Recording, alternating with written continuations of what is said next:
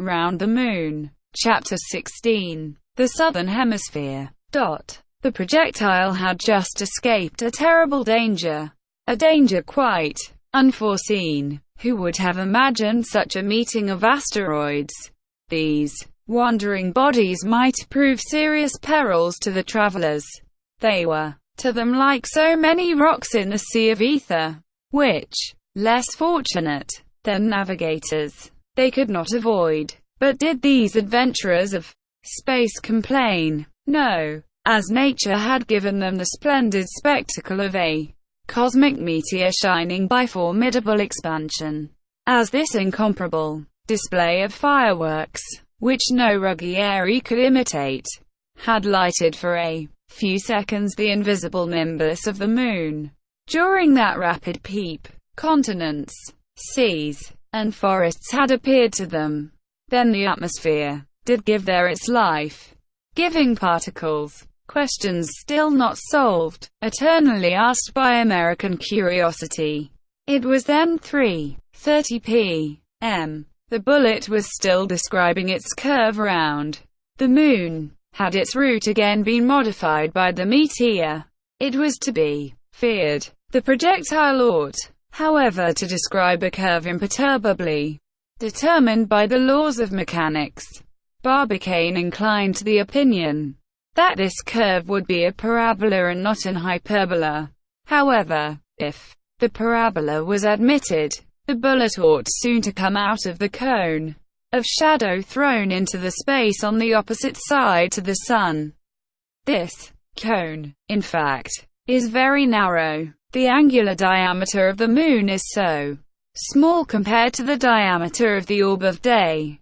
Until now their projectile had moved in profound darkness, whatever its speed had been, and it could not have been slight.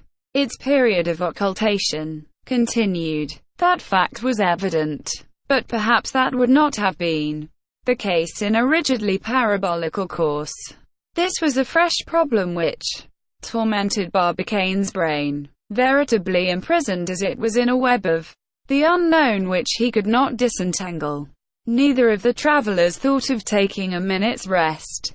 Each watched for some unexpected incident which should throw a new light on their uranographic studies.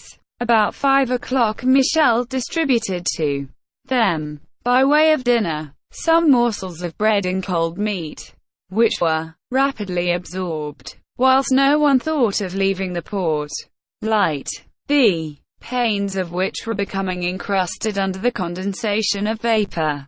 About 5:45 p.m., Nickel, armed with his telescope, signalized upon their southern border of the moon, and in the direction followed by their projectile, a few brilliant points outlined against the dark screen of the sky. They looked like a succession of sharp peaks with profiles in a tremulous line. They were rather brilliant. The terminal line of the moon looks the same when she is in one of her octants. They could not be mistaken. There was no longer any question of a simple meteor, of which that luminous line had neither the color nor their mobility, nor of a volcano in eruption. Barbicane did not hesitate to declare what it was. "The sun," he exclaimed. "What? The sun?" answered Nickel and Michel Ardan. "Yes, my friends. It is the radiant orb itself, lighting up the summit of the mountains situated on the southern border of the moon. We are evidently approaching the South Pole, after having passed the North Pole," answered Michel. "Then we have been all round our satellite." "Yes, friend Michel. Then we have no more hyperbolas, no more parabolas, no more open curves to fear. No, but a closed curve, which is called an ellipsis. Instead of being lost in the interplanetary spaces, it is possible that the projectile will describe an elliptical orbit round their moon, really, and that it will become its satellite." "Moon of the moon!" exclaimed Michel Ardan. "Only, I must tell you, my worthy friend, that we are none the less lost men on that account. No, but in another and much pleasanter way, answered a careless Frenchman, with his most amiable smile. President Barbicane was right. By describing this elliptical orbit, their projectile was going to gravitate eternally round the moon like a sub-satellite. It was a new star added to the solar world, a microcosm, peopled by 3 inhabitants, whom want of air would kill before long. Barbicane, therefore, could not rejoice at the position imposed on their bullet by the double influence of the centripetal and centrifugal forces. His companions and he were again going to see the visible face of the disk. Perhaps their existence would last long enough for them to perceive for the last time the full Earth superbly lighted up by their rays of the sun. Perhaps they might throw a last adieu to the globe they were never more to see again. Then their projectile would be nothing but an extinct mass, dead like those inert asteroids which circulate in their ether. A single consolation remained to them. It was that of seeing the darkness and returning to light. It was that of again entering the zones bathed by solar irradiation. In the meantime, the mountains recognized by Barbicane stood out more and more from the dark mass. They were Mounts Duafel and Leibnitz, which stand on the southern circumpolar region of the Moon. All the mountains of the visible hemisphere have been measured with perfect exactitude. This perfection will, no doubt, seem astonishing, and yet the hypsometric methods are rigorous. The altitude of the lunar mountains may be no less exactly determined than that of the mountains of the Earth. The method generally employed is that of measuring the shadow thrown by the mountains, whilst taking into account the altitude of the sun at their moment of observation. This method also allows the calculating of their depth of craters and cavities on the Moon. Galileo used it, and since Messrs. Boyer and Moedler have employed it with the greatest success.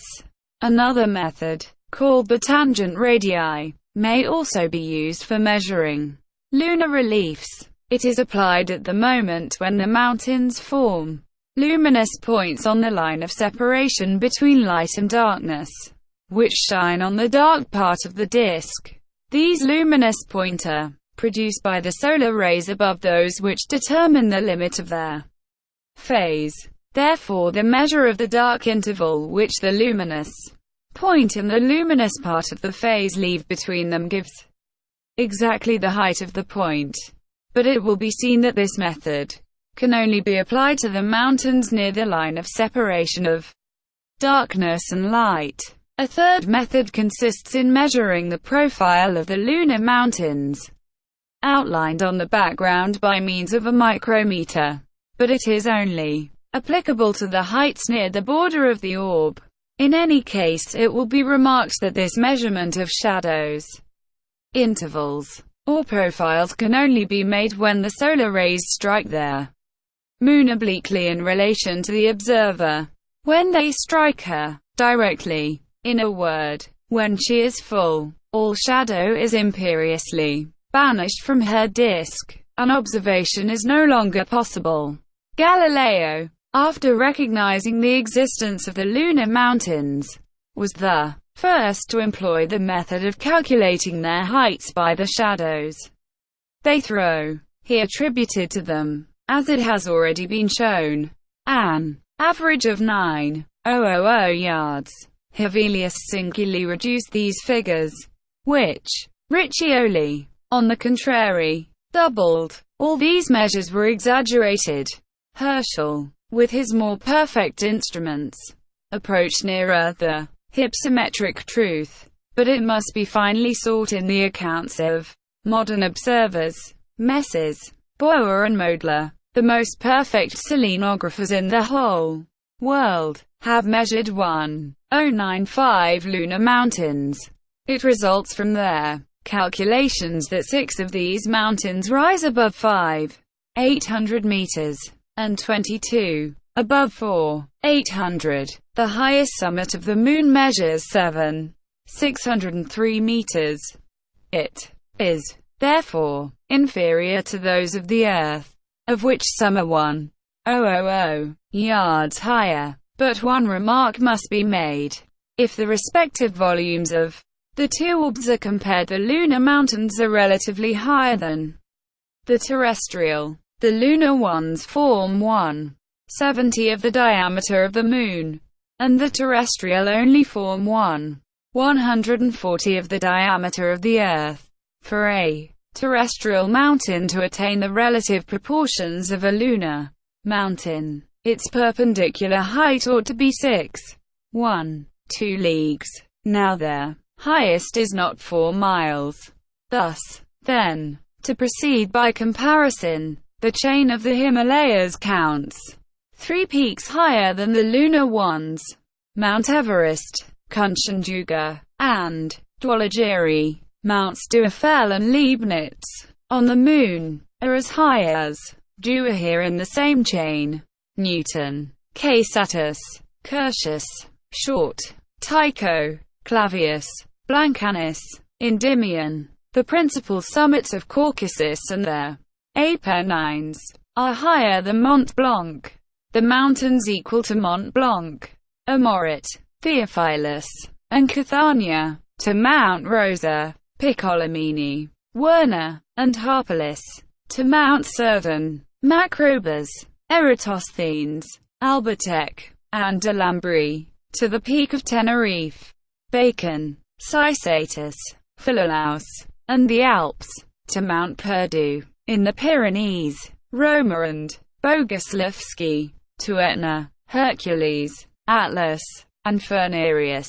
Such are the points of comparison that allow the appreciation of the altitude of lunar mountains. Now the trajectory followed by their projectile dragged it precisely towards that mountainous region of their southern hemisphere where rise the finest specimens of lunar orography.